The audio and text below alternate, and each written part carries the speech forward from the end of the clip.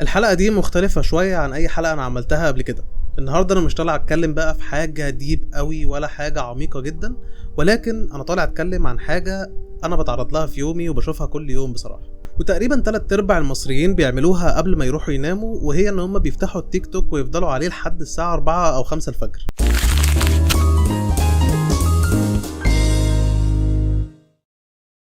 أعزائي المشاهدين، أهلا بكم في حلقة جديدة من برنامج ملوش لازمة. تيك توك، الموقع الغريب جدا اللي احنا كلنا بنتفرج عليه بالليل بالذات قبل ما ننام حوالي 3 أو 4 ساعات، ونفضل نسرح بقى في لايفات وفيديوهات وإعلانات وحاجات كتيرة جدا. قبل ما أتكلم شوية عن التيك توك، حابب إن أنا أرجع خطوات كتيرة جدا بالزمن لورا، حوالي 14 أو 15 أو يمكن 16 سنة كمان، وهو بداية عهد السوشيال ميديا في مصر.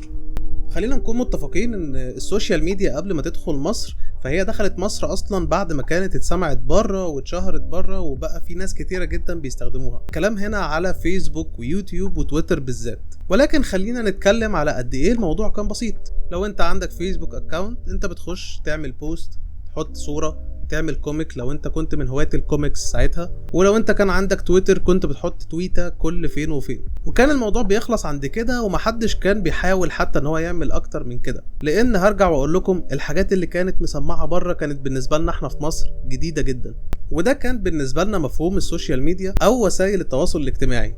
وفي عز ما احنا كنا لسه منبهرين بالسوشيال ميديا بقى والفيسبوك وتويتر ويوتيوب والحاجات دي كلها، خلينا نطلع بره مصر شوية واتكلم عن الناس اللي كانت بتعمل فيديوهات بره مصر كانت شغالة ازاي وكانت شغالة على ايه. مبدئيا ما قبل التيك توك بكتير جدا كان في حاجة اسمها فاين.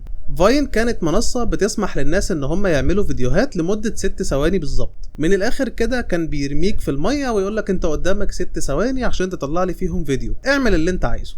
ولان الناس كتيرة جدا كانت مبدعين وكانوا كرييتيف جدا في شغلهم وفي افكارهم وفي كل حاجة هم بيعملوها، الناس دي كانت بتعرف حرفيا تعمل ستوري لاين كامل في 6 ثواني، سواء بقى كان موضوع كوميدي، موضوع درامي، موضوع بيحكي قصة، كل ده كان بيتحكي في 6 ثواني بالظبط.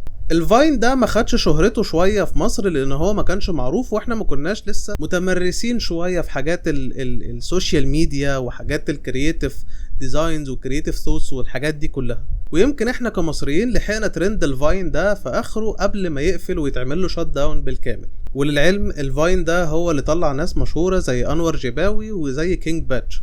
الناس دي بقت مشهورة جدا على مستوى السوشيال ميديا وعلى مستوى الكونتنت كرييشن في العالم كله. وندخل للفترة بقى اللي مصر بدأت تعرف فيها معنى صناعة المحتوى على ليبسينك. وهنا أنا مش بتكلم على التيك توك، لا، أنا بتكلم على حاجة من قبل التيك توك بشوية حلوين كمان، اسمها دب سماش. الدب سماش يا عزيزي المشاهد كان برنامج بسيط جدا. انت عندك اغنية من بعض اغاني كتيرة جدا موجودة على البرنامج، تقدر انك تتصور عليها فيديوهات. مش شرط يبقى اغنية، كمان ممكن يبقى ساوند معين، مشهد معين من فيلم، حاجات كتيرة جدا بقى. وهو بيديلك بالظبط 10 او 15 ثانية ان انت تصور عليهم الفيديو. الموضوع كان ماشي زي التيك توك بالظبط، ولكن تحت مسمى دب سماش. كالعادة الموضوع ده كان مكسر الدنيا بره، ولما دخل مصر هنا كان مكسر الدنيا جدا، لدرجة ان تقريبا اغلبية شباب مصر اللي كانوا في ثانوية ساعتها كان دايما تلاقي معاهم الابليكيشن ده على التليفون وبيعملوا بيه فيديوهات على طول. حقيقة الفكرة كانت جديدة برضو بالنسبة لنا، ولكن احنا كمصريين عرفنا نتأقلم عليها وعرفنا نعمل عليها فيديوهات كتيرة جدا.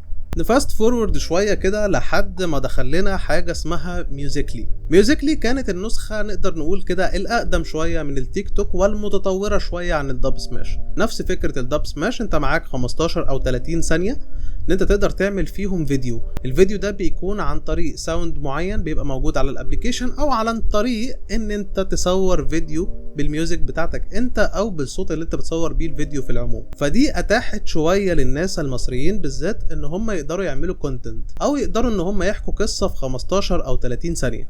لحد هنا والمجتمع كان ماشي كويس جدا، والناس قادرة ان هي تطلع افكار جديدة وتعمل حاجات جديدة. ولكن يا عزيزي المشاهد دخل علينا برنامج غير كل شيء. ميوزيكلي فضل مشهور شوية لحد تقريبا 2018، ومن بعد 2018 دخل علينا التيك توك. مبدئيا كده التيك توك ما كانش منتشر بشكل كبير بالنسبة لمصر، ولكن كان منتشر بالنسبة للصين ونواحي من اوروبا، قبل ما يتعمل له توسع بالكامل ان هو يشمل العالم كله. وهنا كانت بقى اللحظة اللي التيك توك بدأ يستولي فيها على عالم السوشيال ميديا. وطبعا كلنا عارفين الفترة دي كانت فترة ايه؟ الفترة اللي الناس كلها قعدت فيها في البيت، ومحدش بقى قادر يشوف التاني، ومحدش بقى بيقرب من التاني، وكله بقى مقضيها على السوشيال ميديا. في لحظة او في اخرى تلاقي نفسك بتعمل فيديو على التيك توك، والفيديو ده بيضرب مع ناس كتير بتشوفه من البيت. ومن هنا التيك توك بقى ترند رقم 1 في مصر، ومش بس في مصر كمان، ده بقى ترند رقم 1 في العالم كله. لحد هنا وده كان جزء انا بتكلم فيه عن تاريخ التيك توك وازاي انتشر ما بيننا احنا كمصريين. ولكن اللي انا بصراحة كنت عامل الحلقة دي علشانه، وبالذات تحت مسمى تيك توكيات، هي لفكرة الطرق اللي جوه تيك توك علشان خاطر تبقى حد مشهور او يبقى حد عندك فولورز كتيرة جدا. مبدئيا في كدبة كده ناس كتيرة مصدقاها، وهي ان التيك توك لازم يكون محتوى تافه او محتوى مش مظبوط علشان خاطر تبقى مشهور عليه. وصدقني لما اقولك ان ده كلام مش صح، لان في صناع محتوى كتير جدا على تيك توك مشهورين بالمحتوى الهادف والكويس جدا اللي هما بيقدموه. ولكن التيك توك كان ذكي شوية في ان هو يسمح للناس ان هي تعمل اللي هي عايزاه، تحت شرط واحد بس، ان هي ما تأذيش غيرها او تأذي نفسها بشكل او باخر. بالتالي هو فتح الطريق لكل الناس ان هي تعمل اللي هي عايزاه. عشان كده مثلا لما تيجي تفتح التيك توك وانت بتقلب تلاقي حد بيعمل فيديو على اغنية، وبعدها على طول تلاقي واحد مركب فيديوهات مستر بيست او يوتيوبر معين او فيلم او حتى مسلسل، وتحتها لعبة شغالة او حد بيعمل كرافتس معينة او حاجة زي كده. تلاقي حد طالع بيقول نكتة او نكتتين، ممكن تلاقي حد صوته مش حلو وما عندوش موهبة الغنى بس طالع يغني. ولكن انا مش هتكلم حتى على الناس دي كلها، على الاقل الناس دي كلها بتحاول ان هي تقدم حاجة حتى لو كانت تافهة شوية. انا هتكلم على الناحية بقى الاغمق شوية، ناحية اللايفات، الحاجات الحلوة دي. في يوم من الايام انا بفتح لايف على التيك توك، وفوجئت بشخصية معينة ماسكة عصاية مقشة وعاملة منديل ام كلثوم في ايديها وواقفة بتغني. فانا استنتجت ان هي حرفيا بتقلد ام كلثوم، وده ما كانش استنتاج ذكي مني ولا حاجة، هي حرفيا كانت مسمية البروفايل بتاعها شبيهة ام كلثوم. المشكلة عندي ما كانتش هنا، احنا بنشوف ناس كتيرة شبيهة ناس كتيرة جدا في مصر، والموضوع ده انتشر بشكل غريب قوي اليومين دول. اللي انا كنت مستغربه هو ان انا شفت اللايف ده الساعة 2:15 الفجر. تاني يوم الساعة 8 الصبح كان عندي شغل، وانا رايح في الطريق فتحت التيك توك علشان اتفرج على اي فيديو يسليني وانا في السكة، وفوجئت بان اللايف لسه شغال من الساعة 2:15 الفجر لحد الساعة 8 الصبح. احنا هنا بنتكلم في 6 ساعات لايف شغال، او حد واقف قدام كاميرا عمال يحرك شفايفه على اغنية لأم كلثوم. والموضوع ده بصراحة خلانا افكر كتير جدا بقى في افكار التيك توك دي. بص يا عزيزي المشاهد، خلينا نكون متفقين ان كلنا عايزين نبقى مشهورين، كلنا عايزين يكون لينا عدد كبير جدا من الفولورز، ولكن تتفق او تختلف معايا فلازم الطريقة تكون طريقة كويسة، لان في الاول وفي الاخر اللي هيتكلم عنك هو الحاجة اللي انت بتقدمها وهل هي كويسة ولا لا. صدقني يا عزيزي المشاهد، لو انت بتفكر اليومين دول ان انت تعمل تيك توك بقى وتفتح لايفات وحاجات زي كده، فانا جايلك ان انا اقولك ابعد عن السكة دي تماما.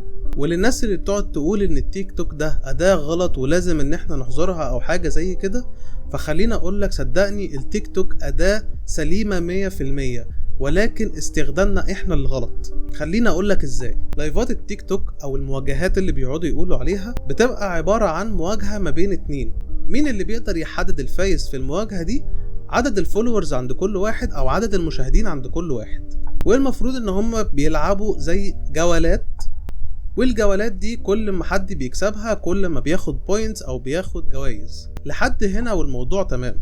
التيك توك بنفسه ما قالش ان انت طالما كسبت جولة يبقى تحكم على الشخص اللي قدامك. البدعة دي احنا اللي مطلعينها كمصريين. نفس الكلام لو هتكلم عن اللايفات اللي بتبقى مكتوب عليها لو بعتلي كذا هعمل كذا، ولو بعتلي وردة هعمل مش عارف ايه، ولو بعتلي سحلية هنطلك في البحر. كل ده ما هو الا اهانة لذاتك ولنفسك قدام نفسك وقدام كل اللي يعرفوك. عزيزي المشاهد، خليك في الاول وفي الاخر فاهم ان احنا بشر، احنا ربنا ميزنا عن كل الكائنات الحية بالعقل. فياريت قبل ما تفكر ان انت هتعمل حاجة علشان خاطر الفلوس، فكر فهل دي الحاجة اللي ربنا خلقك عشانها ولا لا. انت ربنا ما خلقكش علشان تفضل تحط على نفسك دقيق وشوكولاتة ومش عارف ايه. انت ربنا ما خلقكش عشان تفضل تقعد في الحمام وتقول انا سمكة انا سمكة. كل واحد فينا جواه حاجة فعلا موهوبة مدفونة جواه. انا من الناس اللي عارف ان البرنامج بتاعي ما بيتفرجش عليه عدد كبير جدا، ولكني مؤمن بان انا عارف اعمل حاجة وعارف اقدم حاجة كويسة. علشان كده انا بسجل حلقة وبنزلها كل اسبوع. على الاقل اللي انا بعمله ده بيرضي ضميري قدام نفسي وقدام اهلي وقدام ربنا. الحلقة دي انا طالع اتكلم فيها بس على فكرة ان احنا بنستخدم اداة بشكل غلط، وكلنا بنقول على الاداة دي ان هي غلط. فيا عزيزي المشاهد، انت قدامك طريقين لاستعمال هذه الاداة. الطريق الاول ان انت تبدأ تطلع فكرة كويسة وتعمل حاجة كويسة حتى لو هتشتغل بتليفونك بس، ومع الوقت هتلاقي نفسك بتسمع عند ناس كتير جدا. اما الطريق التاني وهو الطريق اللي اخرته شر زي ما شفنا مع ناس كتيرة جدا، وهو ان انت تتوجه بقى لللايفات والحاجات التافهة وان انت تذل نفسك وتهين نفسك علشان خاطر حد يتحكم فيك، علشان خاطر يديلك شوية فلوس. في الاول وفي الاخر انت اللي بتعمل اللي بيرضيك وبيرضي ربنا قبل اي شيء. ولو تفتكر انا في اول الحلقة شرحتلك ازاي بره كانوا بيستخدموا فاين لمدة 6 ثواني بس كانوا بيعملوا حاجة ابداعية كبيرة جدا. هما كان عندهم اداة واستخدموها صح، ودلوقتي مكانهم في العالم كبير جدا، وناس كتيرة بتتفرج عليهم وناس كتيرة بتضحك معاهم وبتضحك على اللي هم بيقدموه، مش علشان هو حاجة تافهة ولكن علشان هو حاجة ابداعية. في النهاية يا عزيزي هرجع واقولك انا وانت عايزين نبقى مشهورين وعايزين ناس كتير تبقى فولورز لينا، ولكن استخدم الطريقة الصح. مش هقدر اقولك ازيد من كده.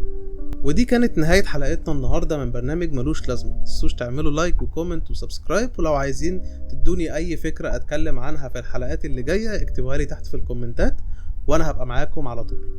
اتمنى تكون الحلقة دي عجبتكم. انا عبد الرحمن حسن وده برنامج ملوش لازمة.